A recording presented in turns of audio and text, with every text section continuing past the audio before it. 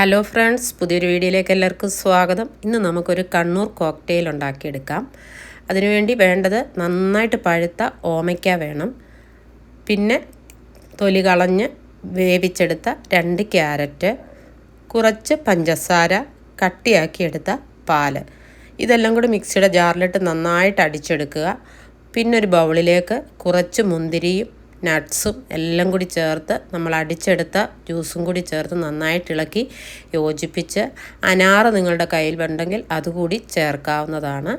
ഇനി ഒരു ഗ്ലാസ്സിലേക്ക് ഒഴിച്ച് അതിന് പുറത്ത് കുറച്ച് വാനില ഐസ്ക്രീം കൂടെ ചേർത്ത് കഴിഞ്ഞാൽ നമ്മുടെ കണ്ണൂർ കോക്ടെയിൽ റെഡിയായി കഴിഞ്ഞു. അടിപൊളിയാണ്, ഉണ്ടാക്കി നോക്കുക. ഇഷ്ടപ്പെട്ടെങ്കിൽ ഒന്ന് ലൈക്ക് ചെയ്ത് ഷെയർ ചെയ്ത് സബ്സ്ക്രൈബ് ചെയ്യുക. കൂട്ടത്തിൽ ആ ബെല്ലൈക്കൺ കൂടി ഒന്ന് ഇനേബിൾ ചെയ്തിട്ടേക്കുക. വളരെ പെട്ടെന്ന് തയ്യാറാക്കാവുന്ന അടിപൊളി ഒരു ജ്യൂസാണ്. അപ്പോൾ പുതിയൊരു വീഡിയോയുമായി നമുക്ക് വീണ്ടും കാണാം. അതുവരെയും ബൈ ബൈ.